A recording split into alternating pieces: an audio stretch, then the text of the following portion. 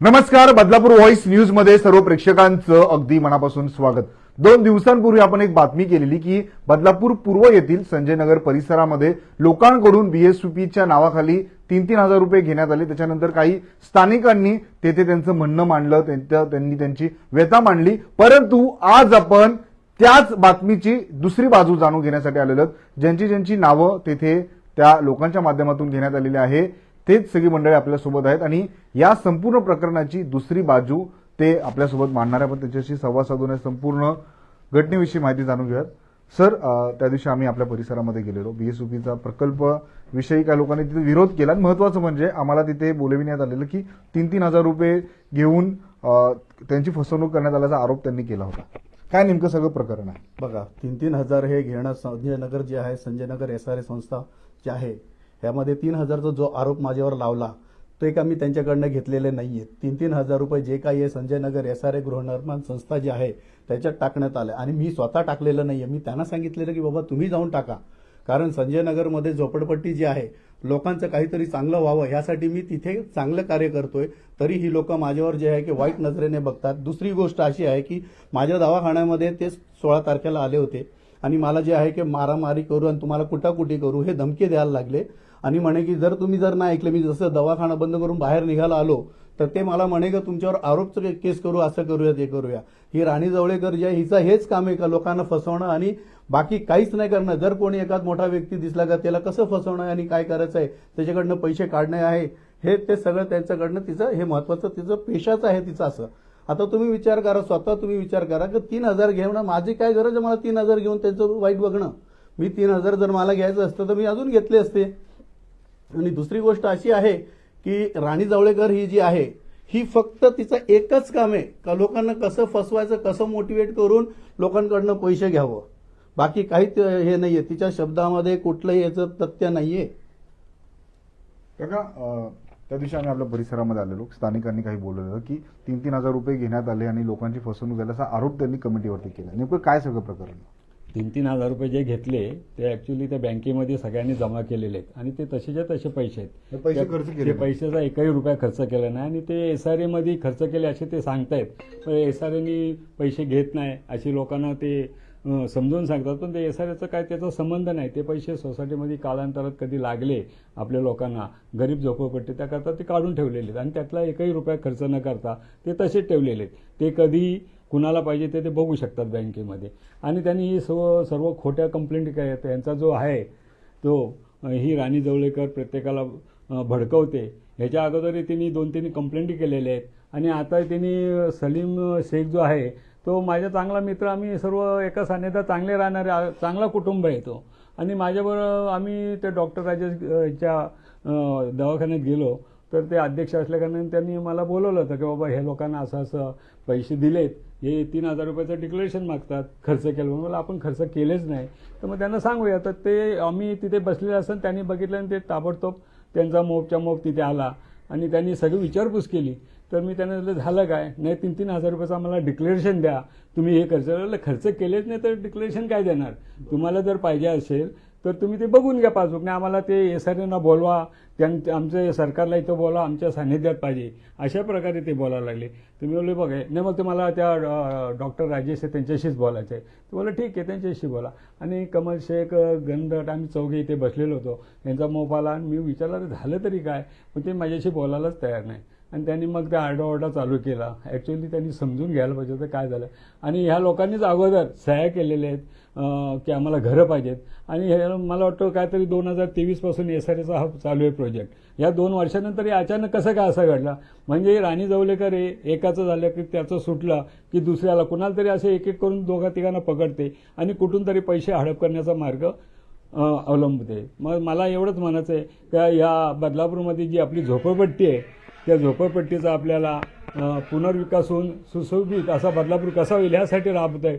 आणि गव्हर्नमेंटची स्कीम आहे, त्या गव्हर्नमेंटच्या स्कीममध्ये चांगली घरं लोकांना मिळतात, त्यात वाईट काय आणि हे चांगलं करतं आणि लोकांना हे पटलेलं आहे. म्हणून ही लोकं जी आहेत सगळी ती याला तयार झालेली आहेत. ही मोजकीच काय 4-5-6 लोकं असतील हे त्यांच्या विरोधात आहेत आणि यांना टॅक्स पावत्या वगैरे विचारले असतात तर हे येत नाही. हे आजूबाजूच्याच लोकांच्या खोट्या वगैरे सह्या घेऊन त्यांनाच एकत्र घेऊन येतात आणि आमच्याशी भांडण करतात आणि अशी मला खोटी कंप्लेंट केली 420 काहीतरी मला असं समजलं आणि तिथे कंप्लेंट केल्यानंतर मी त्याला विचारायला जाऊ शकत नाही कारण ही राणी जवळेकर तिथेच आहे काहीतरी अजून आरोप लावू शकेल. मी या जवळजवळ आता 65मध्ये आलेलो आहे आणि मला हा धक्का सहन होणार नाही. उद्या मला काय त्रास वगैरे झाला तर माझ्या मुलांवर आणि माझ्या घरच्यांवर विपरीत परिणाम होईल याची मला भीती वाटते. आजही मला व्हायब्रेशन होतं आणि मला खूप तणाव होतो कारण माझा रस्ता जो आहे तिकडनं जाण्या येण्याचा आहे आणि या लोकांमुळे मला खूप त्रास होऊ शकतो. ही जी कंप्लेंट केलेली चुकीची ही लोकांच्या कल्याणासाठी आणि चांगल्यासाठी आहे. आम्ही यांना सांगितलं तुम्हाला जर ते पटत नसेल तर तुम्ही SRM जाऊन कंप्लेंट द्या किती लोक असतील ते आणि त्यांना सांगा आम्हाला घर नाही आम्हाला तुमच्याकडूनच पाहिजे SRMला इथंच बोलवा अशा प्रकारची ते मागणी करतात. हे का मी करू शकत नाही. हे गव्हर्नमेंट का माझ्यासाठी बांधील थोडं आहे मी बोलवलं तेव्हा येईल हे होणार नाही. मी त्यांना असं बोलल्यानंतर काय येणार नाही अशी दमदाटी करायला लागले तेव्हा मी काय बोलू शकलो मी गप्प बसलो कारण एवढा या लोकांचा मोह असल्याने मला काय बोलता येत नाही. आजही मला रस्त्यातून जाता येताना भीती वाटते कारण हे लोक ज्या प्रकारे वागतात बोलतात हे खूप गंभीर आहे आणि हे लोकांसाठी आम्ही जर म्हणजे मी लोकांना चांगली घरं भेटावं यासाठीच बोलत असतो. बाकी मला याच्याशी काही दुसरं घेणं नाही. ह्याने लोकांनी असं कुठल्या प्रकारचा गैरवापर करू नये. लोकांच्या चांगल्या घरं वगैरे मिळण्यासाठी योगदान द्यावं. सर त्यांनी आरोप केलाय की ते पैसे शासनाच्या नावाखाली तुम्ही घेतले पण काय काय नाही जे काय तो आरोप आहे तो चुकीचा आहे कारण जर तसं असतं शासनाच्या माध्यमाने मी घेतलेलंच नाहीये. ज्यावेळेस मला माहिती पडलं की बाबा ती माहितीचा अधिकार टाकून ती माहिती घेतली तिनं तसं तरी तिथे घेऊ शकते. तिला काय जे माहिती घ्यायचं ती घेऊ शकते कारण जे आहे युनियन बँकमध्ये आम्ही अकाउंट उघडलेलं आहे आणि संजय नगर SRA गृहनिर्माण संस्था आम्हाला ज्यावेळेस कळलं की बाबा इथे SRA राबवण्यात येऊ शकते त्यावेळेस मी म्हटलं की बाबा जर SRA घेण्यामागचा उद्देश काय होता सर तुमचा? पैसे घेण्याचा उद्देश असा होता की बाबा उद्याच्याला जर समजा आपल्या सोसायटीला काय उद्याच्याला काय गरज पडेल पुढच्या ह्याला तर आपल्याला पैसे वापरता येईल. कारण गेल्या 2014 पासून मी इतर ह्याच्यामध्ये सारखं पैसे घालवत होतो पण नंतर काय झालं की बाबा चला एखाद वडील माझे सिरियस असतात सारखं आता वय त्यांचा 92 रनिंग आता मी सध्या जाऊन आलो गावीच गेलो होतो 18 तारखेला तिने गुन्हा माझ्यावर दाखल जे केलं ते तर मी 20 तारखेला वडिलांना इथून मी गेलो होतो बघा आणि कालच मी आलोय आणि त्याच्यानंतर मी म्हटलं की जर हे असं असतं ही अशी खोटी जी आरोप करते ती किंवा ह्याचं एकदम चुकीचं आहे सगळं हे. माझं घेण्याचा उद्देश असा आहे की पुढचं लोकांना काही गरज पडली का त्यातनं पैसे वापरता यावा आणि ते पैसे जे काही समजा एखाद स्वयंसेवक व्यक्तीला लागेल तर त्याचं नाव काय कशासाठी वापरणार तुला हे घे म्हणजे माझा तो उद्देश होता की सोसायटीला काही गरज लागेल तर आपण ते पैसे वापरता येईल अडचणीत. बरोबर आहे तुमचं. आणि दुसरी गोष्ट ही रेकॉर्डिंग आहे जरा हे काढून द्या जरा एक मिनिट दाखवतो तुम्हाला मी. 2014 पासून कोण होते ते सांगा ना. 2014 पासून संतोष साबळे जे आहे ते पण आमच्या जोडलाच होते पण ते म्हणे की बाबा तुम्ही जर सोसायटी बनवता तर काहीतरी पैसे खायला पाहिजे. हे बघा हे रेकॉर्डिंग कोणाला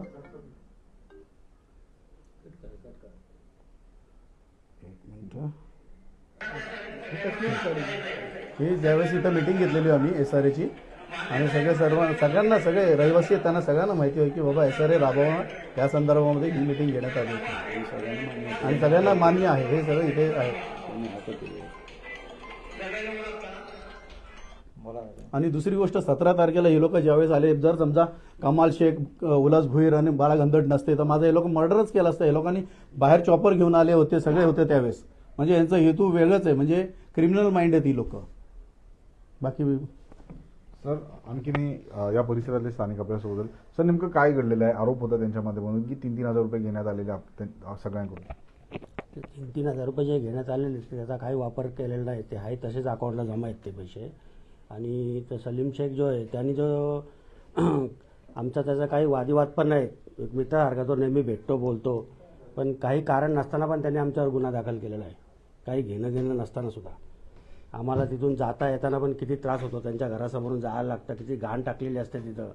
आम्ही त्याच्याबद्दल त्यांना कधीच बोलत नाही आणि यांचा बिनकामाचा यांचा काही नसताना पण यांचा आरोप आम्ही काम म्हणून सहन करायचा काही नसताना सुद्धा.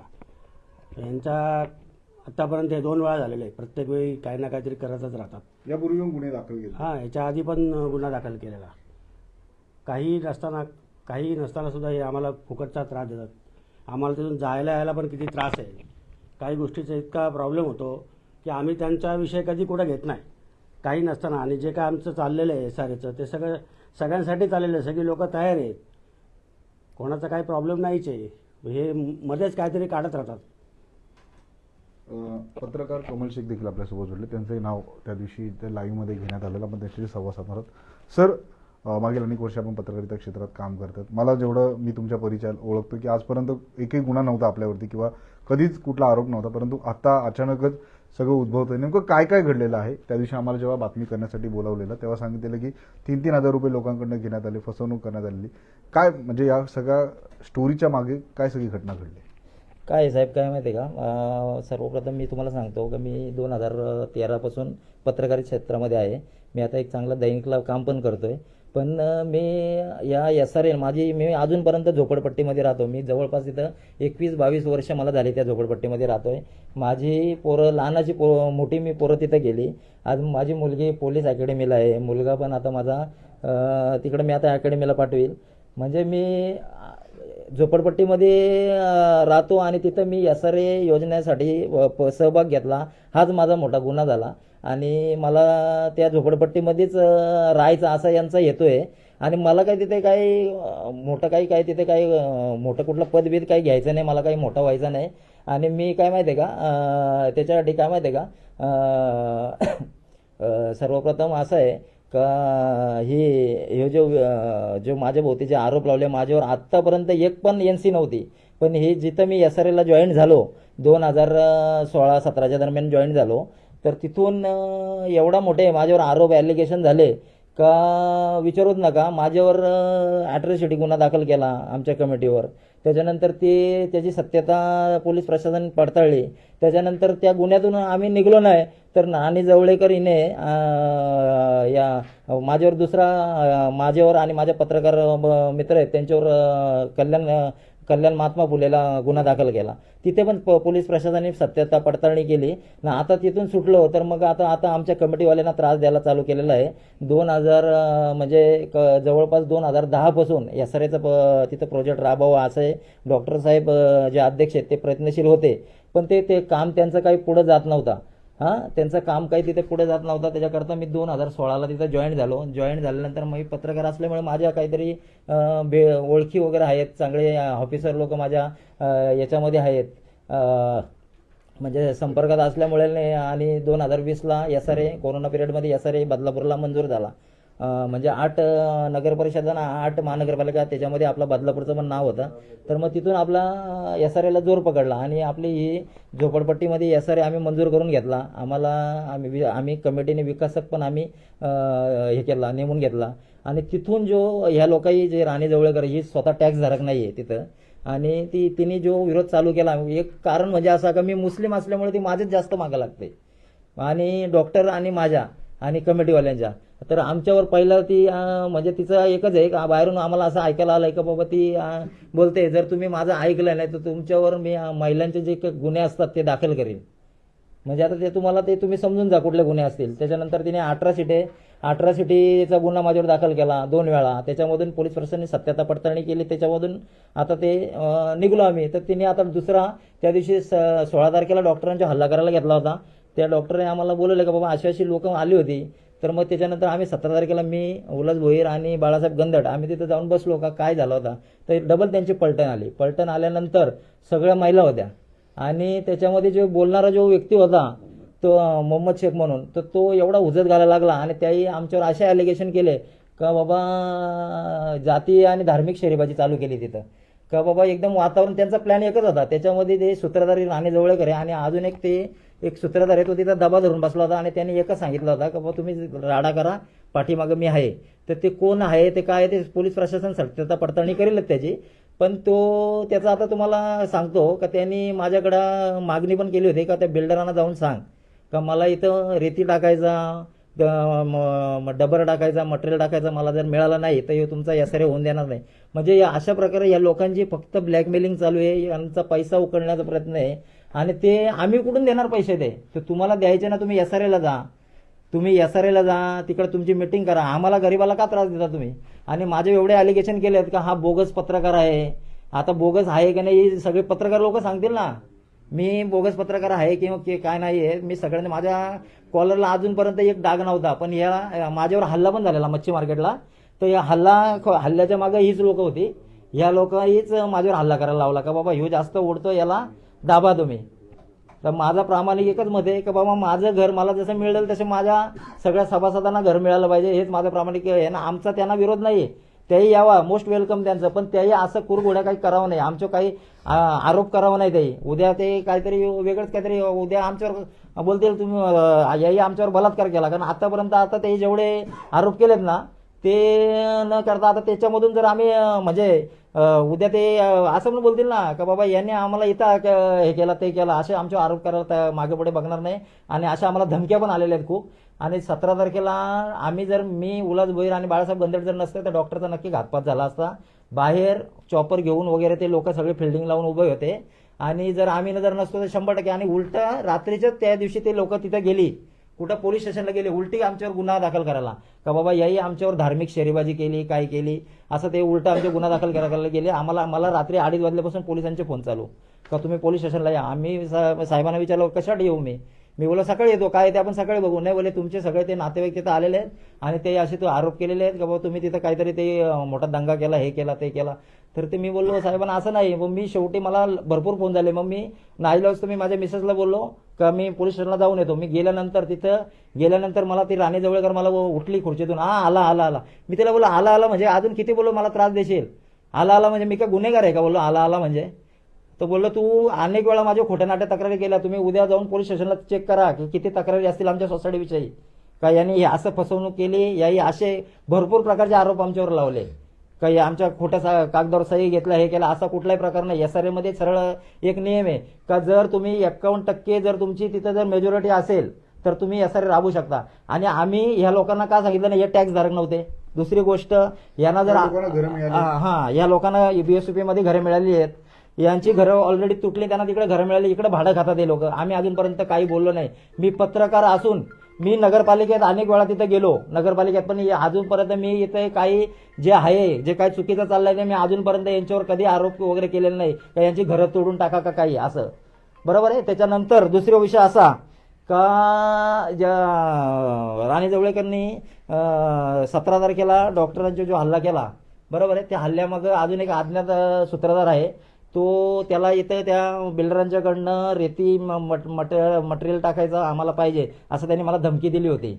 आणि त्या धमकीमध्ये असं त्यांनी सांगितलं होतं का बाबा जर तू मला दिला नाही तो तुझा SRA होऊन देणार नाही, अख्खी माझे नातेवाईक तुझ्या विरोधात भडकवून टाकेल. याच्यामुळं मला या लोकांच्यापासून राणी जवळेकर आणि जो सूत्रधार कोण आहे तो यांच्यापासून मला धोका आहे, माझ्या कमिटी लोकांना धोका आहे. उद्या जर माझा काही घातपात झाला, मी मुस्लिम आहे, मी सगळ्या देवाधर्मांना मानतो, मी इकडचा लांबचा नाही, मी जवळचाच आहे, मुरबाड तालुक्यामधला आहे. मी येता 21-22 वर्ष झाले.